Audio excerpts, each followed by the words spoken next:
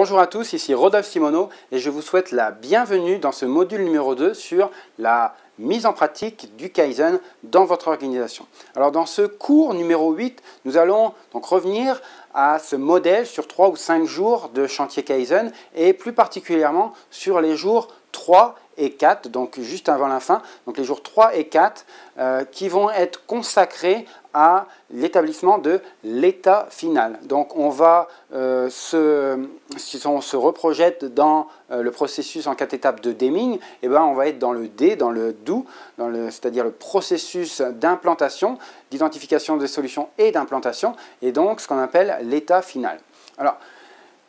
théoriquement, lorsque vous allez mettre en place votre chantier Kaizen, la première journée notamment va être un peu difficile à lancer parce que les gens ne se connaissent pas nécessairement, n'ont pas l'habitude de travailler de cette manière-là. Si vous avez des opérateurs, des salariés qui ont l'habitude de réaliser la même tâche depuis de nombreuses années, en tout cas des activités bien spécifiques, et là vous les emmenez dans un Kaizen et que c'est nouveau pour eux, eh bien il y a un temps d'adaptation, d'adéquation avec le processus. Donc une fois que cette phase, la glace va être brisée, on va rentrer vraiment dans une dynamique de groupe, et dans les journées 3 et 4, on doit vraiment être au cœur de cette dynamique doit vraiment prendre tout son sens, et même si on a on va en parler un peu plus tard, certains comportements à gérer qui ne sont pas toujours en adéquation avec cette vision d'amélioration continue que veut le Kaizen, il y a dans ces jours 3 et 4 une nécessité à ce qu'il y ait une bonne cohésion du groupe sur l'état initial qui a été identifié et surtout sur la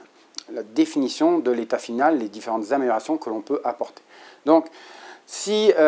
les pistes d'amélioration que vous avez identifiées, que vous avez commencé à pressentir dans les jours 1 et 2 sont assez faibles, vous pouvez toujours utiliser une phase de brainstorming, donc une séance de génération d'idées autour de la problématique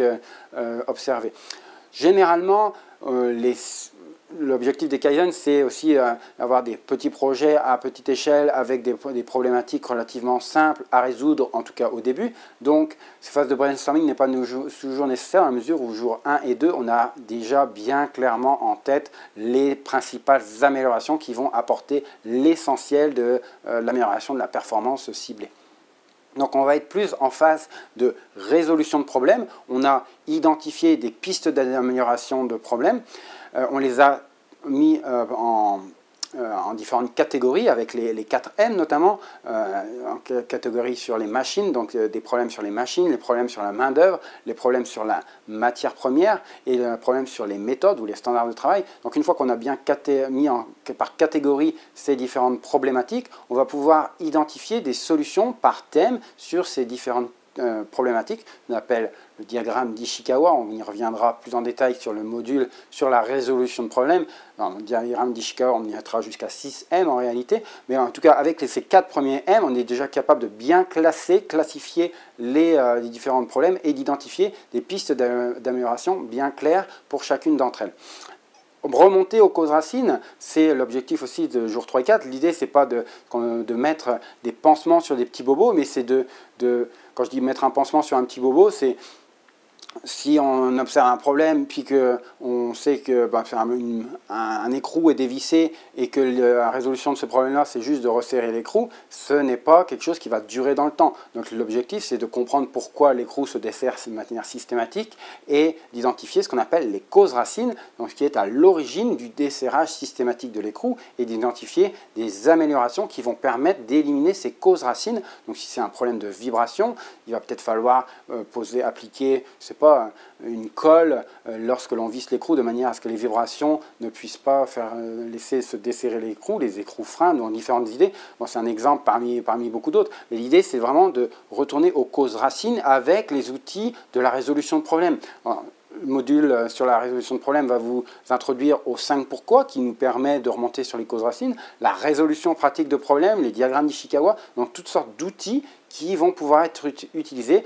lors de ces jours 3 et 4, c'est à l'animateur de choisir l'outil qui correspond le mieux. Donc c'est pour ça que généralement les animateurs sont des coachs Lean, au moins, voire experts Lean, pour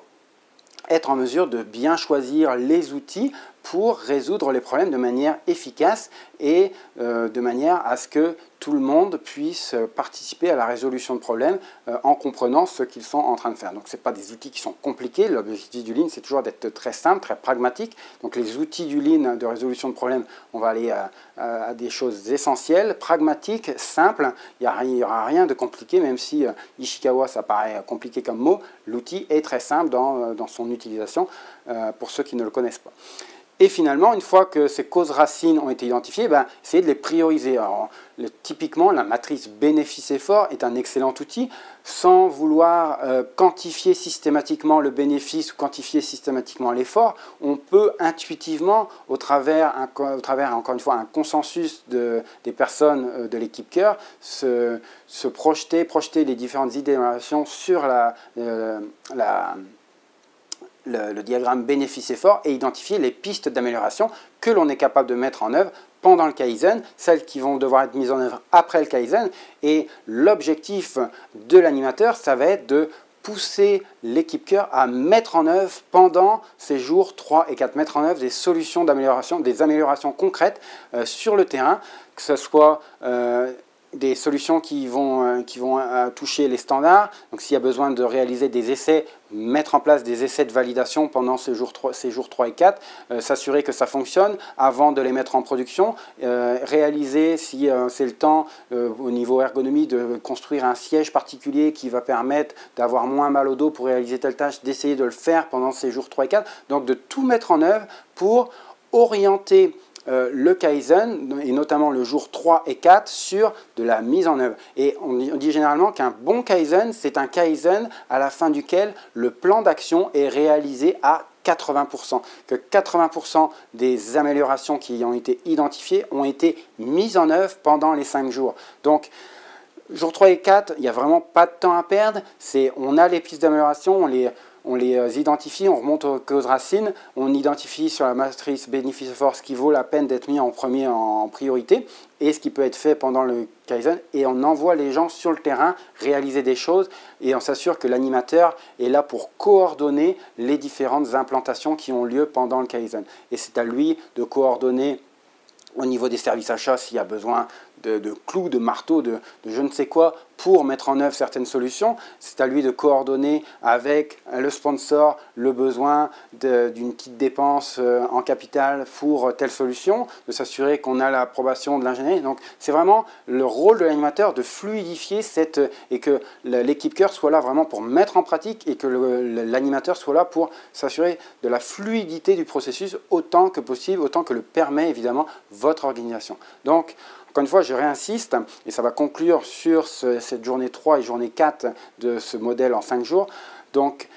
je réinsiste sur le besoin d'envoyer vos équipes sur le terrain pour mettre en œuvre les solutions identifiées, les standards, en tout cas au moins faire des essais de mise en pratique de ce qui va se déployer plus tard en production à l'échelle industrielle.